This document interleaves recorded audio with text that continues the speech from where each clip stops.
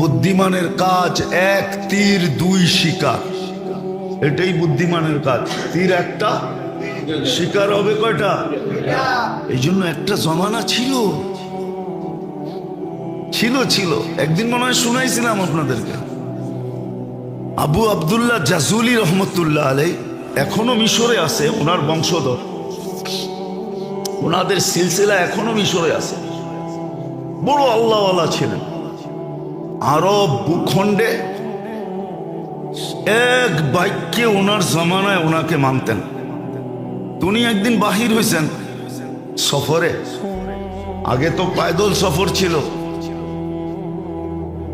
তো নামাজের সময় হয়ে গেছে, নামাজের সময় হয়ে গেছে, কিন্তু পানি পাইতেছিলেন না।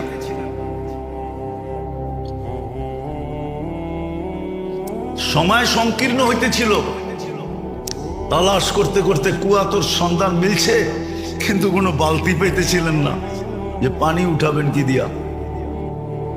তো দেখতেছে ছোট একটা মেয়ে ওইখানে খেলতেছে, তো ডাইকা বলছে, মেয়ে আমাদেরকে একটা বালতি দাও। তো বলছে কেন? কুয়ার থেকে পানি উঠাবো, নামাজের সময় শেষ হয়ে যাইতেছে। তো মেয়ে জিজ্ঞাসা করছে, তোমার পরিচয় কি, কোত্থেকে আসছো? তো নাম বলছে আবু আব্দুল্লাহ আল জাজুলি, মিশর থেকে আসছি। তো মেয়ে অট্ট হাসি দিয়া মাটিতে লুটায় পড়ছে। তো বলতেছে, ওই মেয়ে, তোরে বলতেছি বালতি দে, নামাজের সময় চলে যেতেছে, আর তুই নাম শুই না লুটায় পড়তেছ হাসতে হাসতে মাটিতে। তো মেয়ে বলতেছে, এত বড় শাইখ, শাইখুন কাবীর, এত বড় শাইখ, সারা আরব ভূখণ্ডে তোমার নাম ফাইটা বেড়াইতেছে, ফাইটা যেতেছে, আর তুমি কুয়ারতে পানি উঠালে লেগা বালতি খুঁজতেছ, ঠিক না? এত বড় শাইখ হয়ে লাভ হইল কি? তো বলতেছে, চল শাইখ তোরে পানি উঠায় দিই। তো মেয়ে যায় কুয়ার ভিতরে থুতু দিছে, কুয়ার পানি উছলায়া উপরে উঠে গেছে। কয় শুধু উজু না, গোসলও কর। তো উনি উজু করে নামাজ পড়ছে। জিজ্ঞাসা করছে, ওই মেয়ে, তুই এত বড় বুজুর্গি পাইলি কি করা? বেশি কিছু না, আমি বকরি চড়াই আর সারাদিন আল্লাহ রসুলের উপরে দুরুদ পড়ি, দুরুদের কারণে আমি এই বুজুর্গি পাইছি। ওই দিন থেকে উনি নিয়াত করছেন যে আমি একটা কিতাব লিখবো দুরুদের উপরে। ওই কিতাবের নাম হলো দালাইলুল খায়রাত। উনি লেখছেন প্রতিদিনের এক দুরুদ, 7 দিনের 7 রকম দুরুদ, লম্বা। এক এক দিনেরটা পড়তে আধা ঘন্টার মতো লাগে, কিন্তু এটা পড়তে হলে এজাজত নিতে হয়, এজাজত ছাড়া পড়া যায় না, তাইলে আবার মাথা গরম হয়ে যাবে। হইতে পারে লুঙ্গি খুইলা পাগড়িও বানতে পারে, এটা এত জালালি। তো এই জন্য ওটা এজাজত নিতে হয়, যার এজাজত আছে তার কাছ থেকে এজাজত নিতে হয়। হ্যাঁ, অহংকার করে বলতেছি না, বুঝানোর জন্য বলতেছি। আলহামদুলিল্লাহ, এজাজতও আছে, বহুত দিন ধরে আমলও আছে। হ্যাঁ হ্যাঁ, আমার কাছে এজাজত আছে, অহংকার করে বলতেছি না। তো যেটা বুঝাইতেছিলাম যে এক জমানা ছিল, বাচ্চা পর্যন্ত কি পানি উঠাইতে বালতি লাগতো না, থুতু দিলেই পানি উছলে উপরে আসতো। আজকে তো বুড়াও পারে না, ঠিক না? আজকে তো সাইকুল হাদিসও পারে না, আমিও পারি না। আমি যে পারি এমন না, আমিও পারি না। আজকে তো সাইকুল হাদিসও পারে না। আজকে তো পিরানে পীর যারা নিজে করে বলে ওরাও পারে না। ওই জমানায় তো বাচ্চা পারতো, ওই জমানায় বাচ্চা পারতো, মহিলা পারতো, পুরুষ পারতো। কিতাব উঠান, দেখেন না, কেরামতুল আউলিয়া দেখেন, পাবেন। হ্যাঁ, শাহজালাল রহমতুল্লাহ আলাই মুসল্লায় সুরমা পার হয়ে দেখায় দিছে দুনিয়াকে, কিয়ামত পর্যন্ত স্বর্ণ অক্ষরে লেখা থাকবে, না থাকবে না? হ্যাঁ, দেখায় দিছে। সত্য এটাই, সত্য। ভালো মতে ধ্যান দিয়া কিন্তু শয়তান আমাদেরকে ধ্যান দিয়ে শুনতেও দেয় না, কেননা জানে একটা পর্ব থাকে। যখনই কোনো খোঁচা দেখবেন তখন মনে করবেন এই পর্বটা কবুলিয়তের ছিল। এই জন্য শয়তান খোঁচা মাইরা সবাইরে পিছের দিকে দেখায় দিছে। আর যদি চুপচাপ বসে থাকতো তাহলে হয়তো হইতে পারতো এই কবুলিয়তের সময়টা আমার উপরে পতিত হইতো। এই সময়টাই ছিল সোনা হওয়ার, আমি সোনা হয়ে যেতাম, কিন্তু শয়তান খোঁচা মেরা দিছে। কেননা শয়তান তো দেখে, আপনি আর আমি দেখি আর না দেখি। নাইলে বিদায় হজে আল্লাহর রসুল কেন বলতেন মুজদালিফায় কান্নার ভিতরে হাসা দিছেন? তো বলছি ইয়া রাসূলুল্লাহ, কান্নার ভিতরে হাসি তো আমার দোয়া কবুল হয়ে গেছে। শয়তান যাই না, ও যাইনা গেছে বিদায় মাথায় যেভাবে মাটি মারতেছে আর কপাল মাথার জমিনের ভিতরে দুকাইতেছে, ওর দৃশ্য দেখে আমার হাসি আয়া পড়ছে। তো জানে কোনটা কবুলিয়তের মুহূর্ত।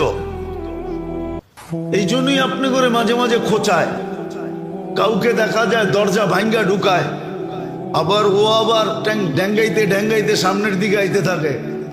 এগুলো সব কবুলিয়তের সময়। ওই সময় শয়তান উশৃঙ্খলা পয়দা করে। তো যেটা বুঝাইতেছিলাম মেরে দোস্ত, ভালো মতে বোঝেন, কাজে দিবে। জীবনের বরফ গলা যাবে, একজনকে শুধু একটা দিয়ে আল্লাহ ফাঁসায় দিবে। হাদিসে আছে, এক ব্যক্তিকে কিয়ামতের দিন বলবে আমি খাওয়া চাইছিলাম, খাওয়াও নাই। আজকে যদি খাওয়াইতা তুমি ওই সময়, তাহলে ওই যে দেখো আমার বুপে মানুষ খাইতেছে 70 হাজার আইটেম, তোমাকেও খাইতে দিতাম। শুধু এক দিনের একটা আমল দিয়া ফাঁসায় দিবে। তো বন্দা বলবে আপনি কখন খাইতে চাইলেন? আপনি চাবেন আমি দিব না, এটা তো হইতেই পারে না। তো আল্লাহ চিত্র তুলা ধরবে, চিত্র, যে এই যে দেখো ভিক্ষুক হাত পাততেছে আমার নামে, যে এক লোকমা খাওয়ায় দাও। তুমি তাড়ায় দিছিলা, ওকে খাওয়ায় দিলে আমাকেই খাওয়ানো হইতো, আজকে আমিও বুপে খাইতে দিতাম। এক আমল দিয়া ফাঁসায় দিবে, যাও আজকে সড়ক। আরেকজনকে আনবে, বলবে তোমার কাছে আমি কাপড় চাইছিলাম, তুমি আমাকে কাপড় পরাও নাই। তো বলছে আল্লাহ আপনি কাপড় চেয়েছেন আর আমি পরাই নাই, এটা হয়তো হয় কি কইরা? তা আল্লাহ আবার চিত্র আনবে, যে ভিক্ষুক বলছিল আল্লাহর নামে একটা কাপড় পরায়া দাও, তুমি পড়াও নাই, ধাক্কা দিয়ে বাইর করে দিছো। ওকে পড়াইলে আমি আজকে তোমাকে জান্নাতের এই পোশাক পরায়া দিতাম। এক আমল দিয়া ফাঁসায়া দিবে।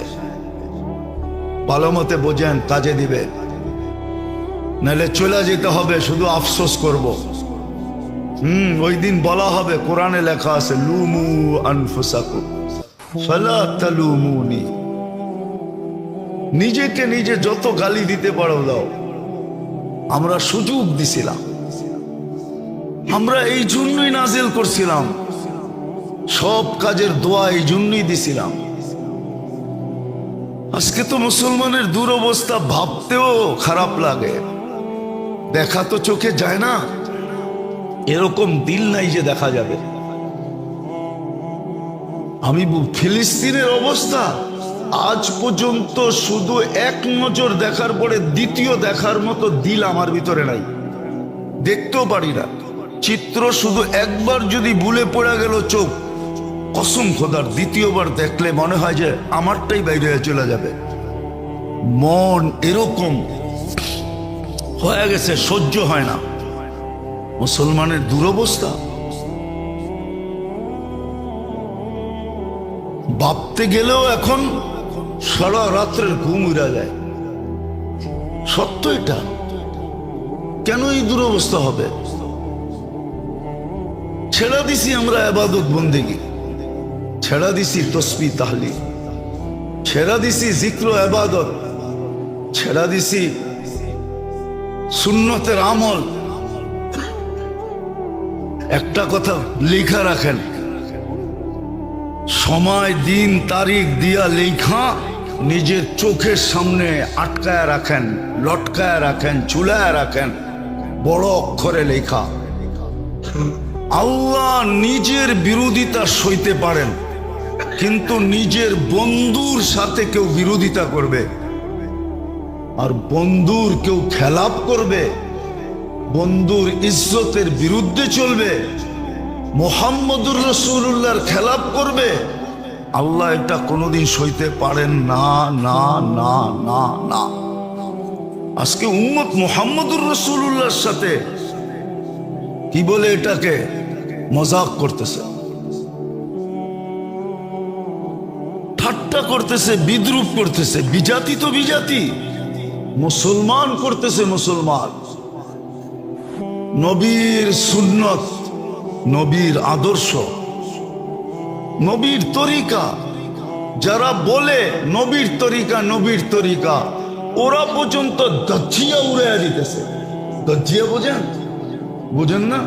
হ্যাঁ, এটা ঢাকা পাবলিক উর্দুও বোঝে না।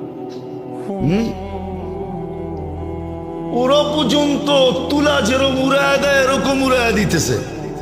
শুধু রাখছে তো দাড়িটা, রাখছে তো টুপিটা, না মুআমেলায় আছে, না মুআশারায় আছে, না আখলাকে আছে, না বিয়েতে আছে, না শাদিতে আছে, কিচ্ছুতে নবীর তরিকা নাই। আপনি নবীর তরিকার খেলাফ চলবেন, কয়েকদিন চলে যেতে পারবেন নিজের মনকে সান্ত্বনা দিয়া যে আমি তো আয়নায় মাঝে মাঝে দেখবেন। এই জন্য দেখবেন বেশিরভাগ যারা পাগড়ি পড়ে না, ওগুলো লোকে জ্যাবে একটা আয়নাও থাকে, কেননা পাগড়ি বাঁধতে আয়না লাগে তো, নাইলে এটা সুন্দর মতো বান্ধা হয় না। শুধু সান্ত্বনা দিতে পারবেন, আমার কথায় রাগ হয়ে যান না। আজকে নবীর তরিকা আমরা উড়াইয়া দিছি।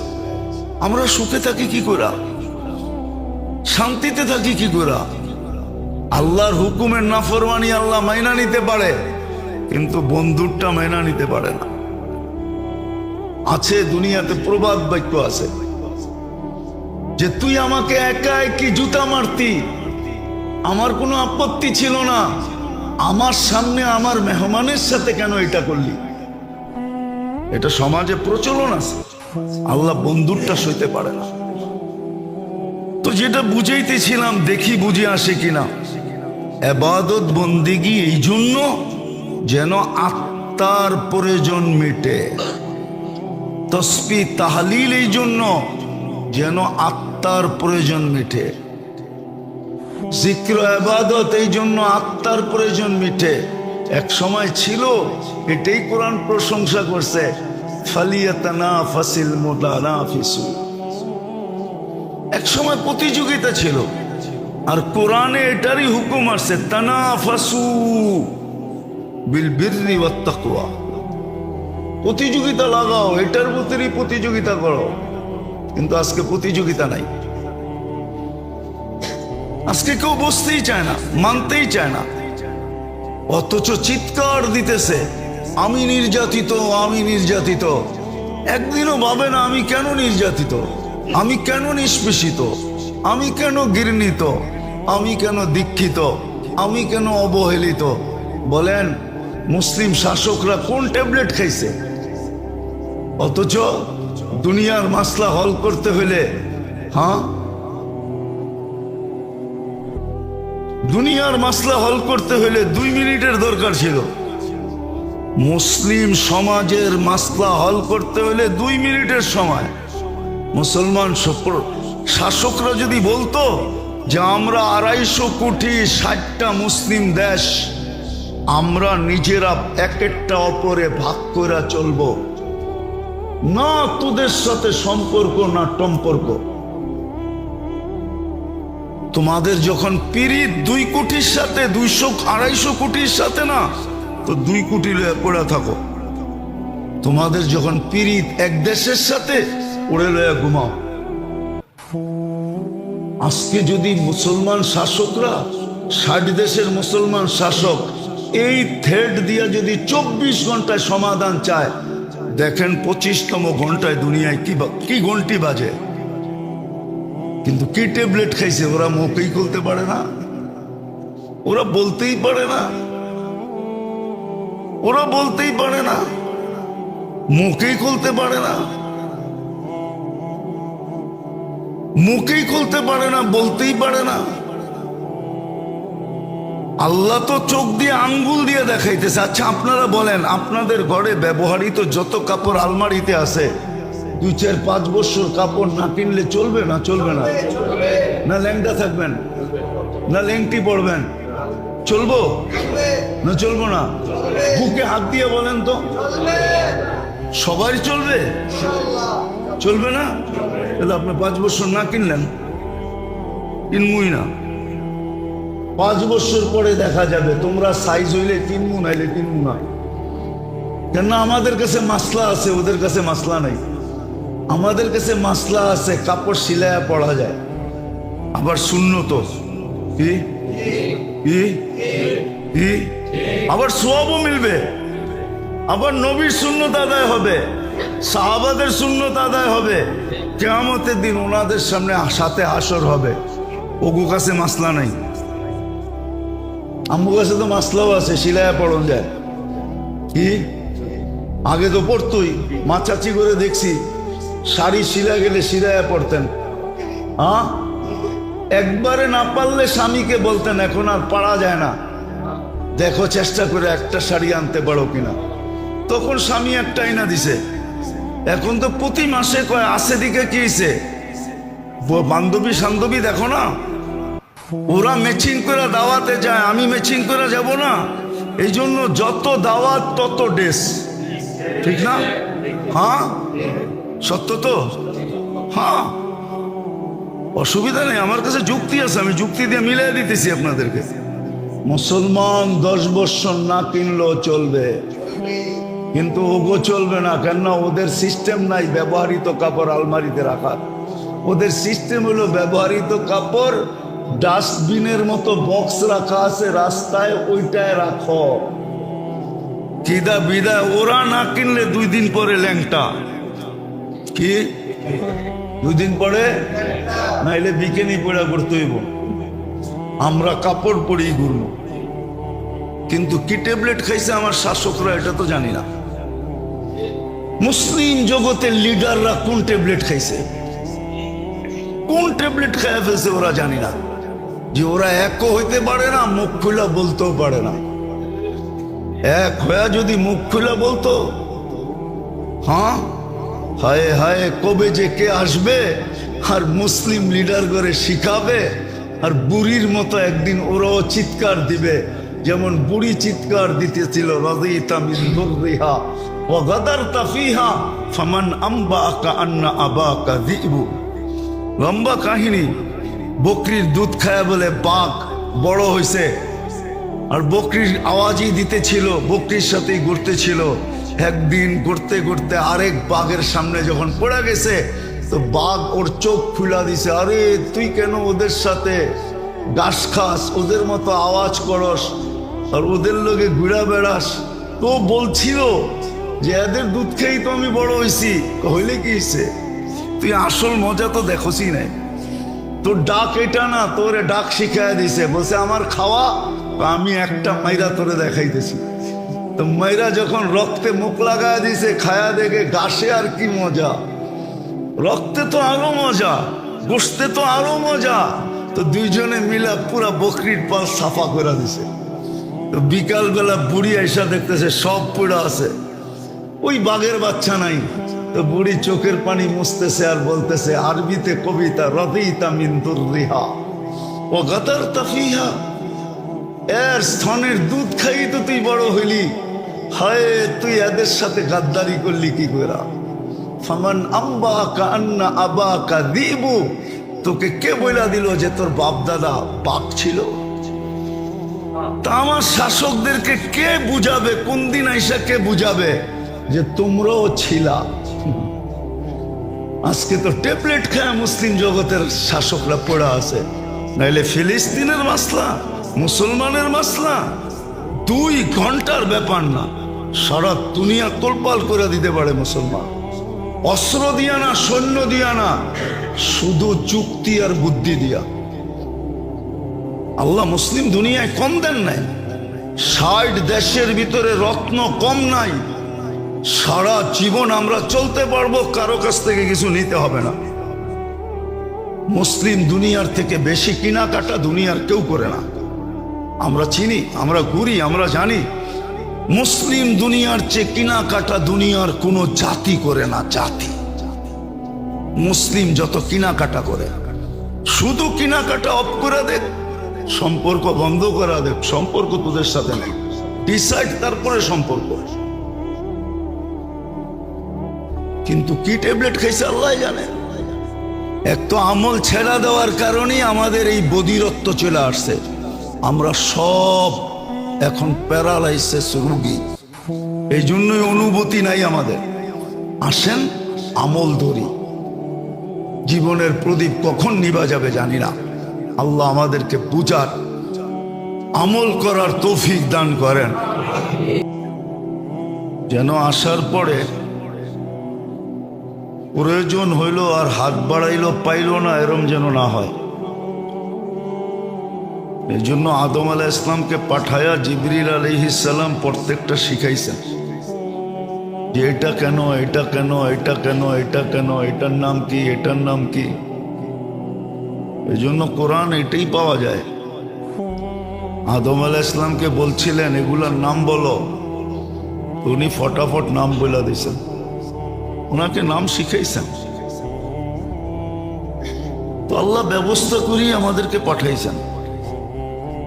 চিন্তা করার বিষয়, একটা ছেলে জন্ম নেওয়ার পরে মার বুকে দুধ আসে না, মার বুকে দুধ অনেক আগেই আসে। ছেলে এখনো আসে নাই, সন্তান এখনো আসে নাই, কিন্তু দুধ চলে আসছে, যেন সে পা রাইখাই দুধে চুমুক দিতে পারে, মুখ দিতে পারে। কিভাবে দুধ চাইনা নিতে হয়, বাচ্চা পা রাখতে দেরি, জমিনে আল্লাহ শিখায়া দিতে দেরি করে নাই, যে মার দুধ টাইনা কিভাবে মুখে নিতে হয় আল্লাহ শিখায়া দিছেন, নাহলে বাচ্চা শিখে নাই। আল্লাহ শিখায়া দিছে, ও মুখে নিয়ে গদগদ গদগদ করে টানতে থাকে, ঠিক না? আমরা এরকমই টাইনা টাইনা নিয়েছি, ঠিক না? আল্লাহ শিখায়া দিছেন। তো দেহের যা প্রয়োজন, এটা দেহ আসার আগেই অস্তিত্ব হয়ে যায়।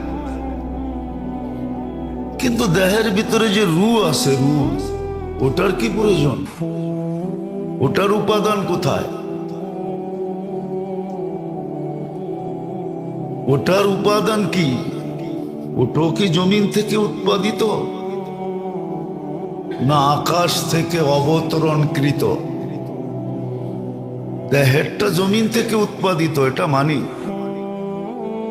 তরুর ভিতরে আছে, লতার ভিতরে আছে, পাতার ভিতরে আছে, ফুলের ভিতরে আছে, ফলের ভিতরে আছে, এমনকি মাটির ভিতরে পর্যন্ত রেখা দিছেন।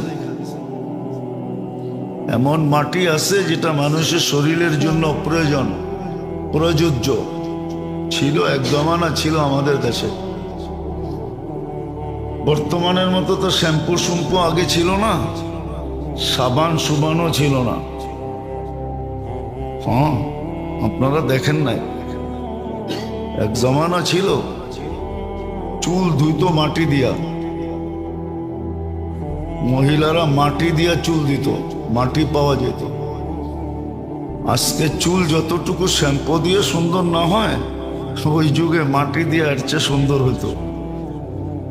এখন তো বিয়ের শাদিতে চুল দেখে না, এখন দেখে শিক্ষিত শিক্ষিত বাপের টাকা পয়সা কতটুকু আছে।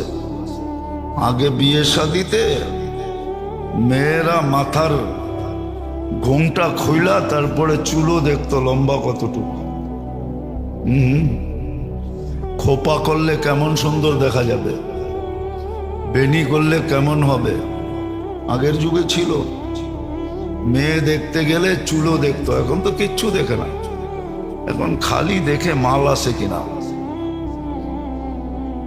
বংশ বুলি কিচ্ছু দেখে না। আগে তো বংশ বুলিও দেখতো মানুষ, এখন কিচ্ছু দেখে না। আগে মাটি দিয়েও চুল পরিষ্কার হতো, মনে হয় আশ্চর্য লাগে, ঠিক না?